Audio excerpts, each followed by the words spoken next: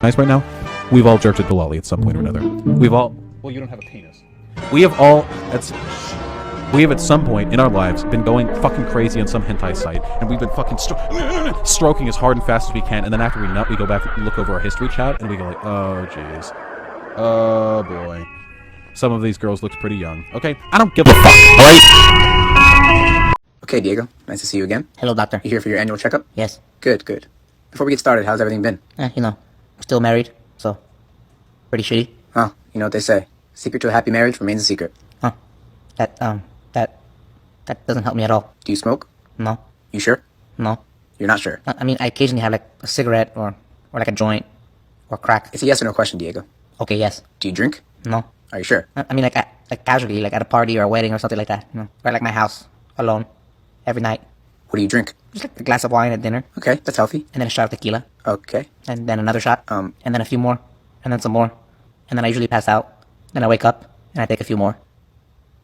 So the answer is yes. Yeah, I drink. Do you take any drugs? No. Are you sure? I mean, like, occasionally I'll smoke a little weed here and there. Like, I'll do a little blow at a party. Some shrooms. Nothing crazy. Yes or no? Yes, I take drugs. Any prescription pills or over-the-counter medicine? No. You sure? I mean, like, I take, like, Advil, Motrin, Tylenol, stuff like that. How often? Every time my wife talks to me. Why? Because I know it's going to give me a headache. So the answer is yes.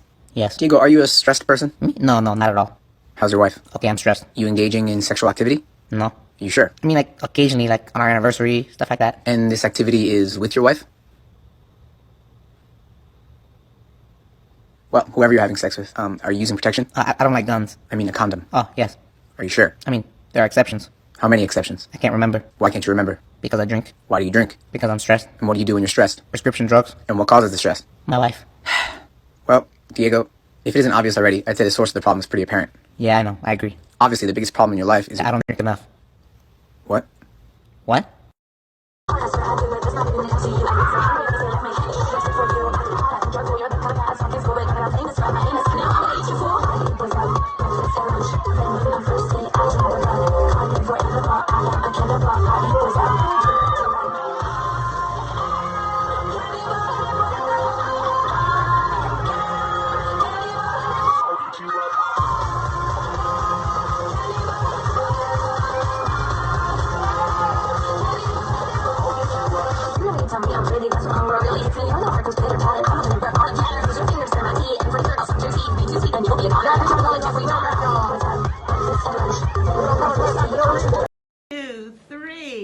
I wear a mask to school.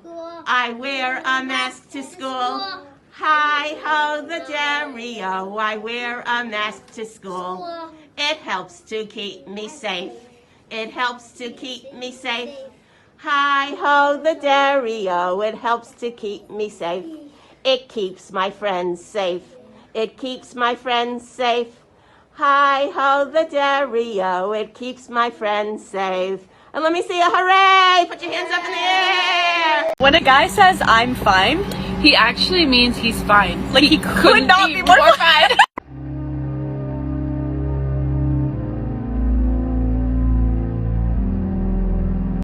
I wish my parents would have aborted me because I would have much rather preferred to have never been born or existed at all in this world than to have been born, especially knowing the way that I am and the way that I've been for a fucking long time.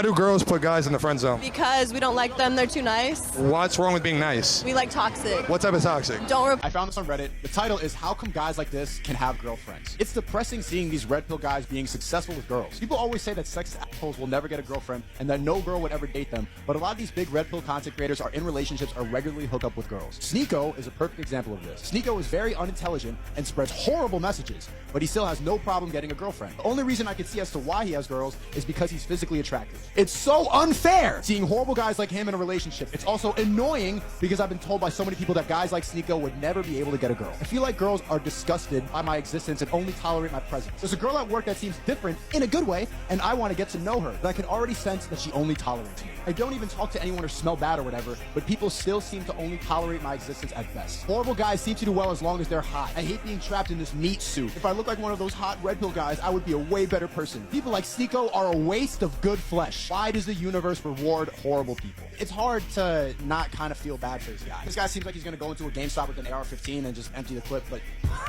people like Sneeko are a waste of good flesh. Like, that seems like the type of guy that could pull up on you on some John Lennon shit.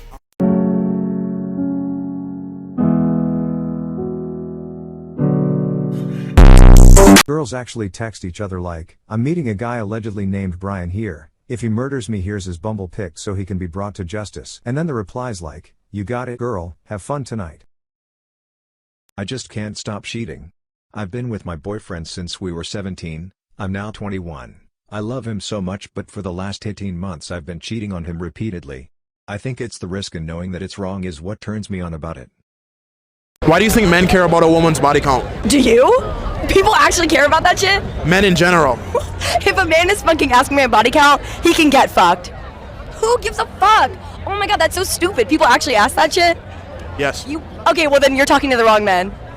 If a man is ever asking you about your body count, you're talking to the wrong man, and he can get fucked. Like, that's so fucking stupid. Get fucked. So, can I ask you this then? Yeah, sure. So, what do you think about the analogy, if one key can open many locks, it's known as a master key, as opposed to if you have a lock that can be opened by any key, it's a shitty lock? I think that if a woman is an analogy to you, then you're not fucking ready to be talking to a woman, and you should probably get fucked. So, if a woman is a key to you, talk to your mom, talk to your sister, talk to your cousin, I don't know, get a real fucking life. And get fucked. Thank you. And a woman is not a key. Thank you. You'll never find another girl like me ever again. There's no one else like me. Oh my god. Did you know that some scientists say that the best age to get married is 26? And this is because at the age of 26, you've already experienced about 37% of all your options. And at that point, you want to pick the next best person because it's unlikely to get better. I installed a camera in the house and caught my husband doing this. My husband has been diagnosed with cancer. He is stopping treatment because he's too weak to continue, and it was his wish to spend more time with family. He doesn't have a big family, just me, his mom and stepdad. It's been hard on all of us, but we respect his wishes and whatever makes it easier for him. Due to safety reasons, I decided to install cameras in the house to be able to check in on him while I'm away, at work or running errands. He refused to have someone come over and provide care, and I respected his wish. So, I checked the bedroom's camera, and for the past few days I caught him walking over to the closet, pulling out the teddy bear his deceased dad got him, then lying down on the floor. There's a rug in there. While holding the bear tight, I saw that he did this several times throughout the week while I was at work. He'd lay there, cry some, talk to his bear some, then eventually falls asleep. I didn't know what to feel about what I saw, but my tears automatically came out, and I've never felt this helpless before. Seeing him in that state and not being able to help is just, it feels so wrong. I never brought it up to him, nor I will anytime soon. I wanted him to be able to have this space and do whatever makes him feel comforted. I'm sorry, I just realized I didn't mention his age. He's 36 years old. His dad passed away when he, my husband, was 12. They were very close. They had this bond that we don't see in every family, at least not in my family, and there is not a day that goes by that my husband doesn't mention his dad. When we first got the test results, he cried out for him. It was one of the most emotional days of our lives. Added to add, he doesn't usually brings up the teddy bear nor touch it when I'm around. I don't know why, but part of me thinks it's because of our infertility issues that we've been suffering with for 12 years. He always said that the teddy bear would be given to our kids when we have them, but it just never happened. So you could say that this teddy bear carries a lot of emotional weight, and it means so much to him. Should I tell my wife that I received a sex tape of her in the mail? This is an odd thing. Wife and I have been married 20 years. I've never suspected her of cheating, and our sex life has been outstanding. First of the year, I receive a package in the mail. It's a DVD addressed to me, and a typed note that says, your eyes only. It's my wife having sex, separately, with 3 guys. She was younger, much younger. Based on body and appearance and hairstyle, it was around the time we were going out. Either before, during, or after we were engaged. She grew her hair longer for the wedding and kept it that way. First, I've no idea who sent it to me other than one of those 3 guys in the DVD, none of which I know. I'm assuming it's one of my wife's ex. Second, I've no idea why they sent it. Are they trying to say she was screwing around on me? The tape isn't time-stamped, so I don't have a frame of reference. She kept her hair short for years until we were engaged, so it could have been during a block of time, certainly before we dated. And also, what are they trying to achieve if this was taken before we dated? I know my wife had other partners. Hell, I had 3 times the partner she did before we married, but that was 20 years ago. I think we're past that. But apparently this person or persons isn't. The whole thing is strange. I'm not sure what's going on. I haven't told my wife. I'm not sure how she would take it. She's very sexual and adventurous, but I don't think she'd like the idea of her past catching up to her. But I don't think I'll get to the bottom of this unless I tell her. My girlfriend of 1.5 years just broke up with me to be with my roommate. I just heard them through the wall. As the title says, we broke up. It was about 6 months ago and it was semi-amicable. We broke up because she was developing feelings for my roommate. Admittedly, they are more compatible and he's an upgraded version of me, so I can see why it happened. This isn't an evil thing. Both asked my permission to start dating and don't do any PDA while I'm around. I still both consider them friends and I just want them to be happy. For the most part, they are quiet at night. If I really listen I can hear what's going on, but they generally save it for when they are alone. Except for last night. We went out to the bar for his birthday and they got pretty drunk. I was the driver because I don't really drink. Anyways, last night we got home at close to 2 a.m. and all went to bed.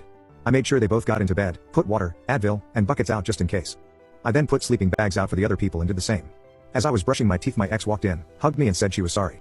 She thanked me for always being so nice and she promised to help me find a new girlfriend when I was ready. When I finally got to bed I could hear muffled talking, mostly about how great the night was. Then it got quiet and then it started. I don't know how long it lasted, but it was louder than normal. I've been okay with the breakup until now. I'm glad they're happy, but last night I fell asleep crying. I woke up this morning, made breakfast for everyone and started to clean up. I just needed to get this off my chest. I'm sad when I really think about the situation, but that's why I try not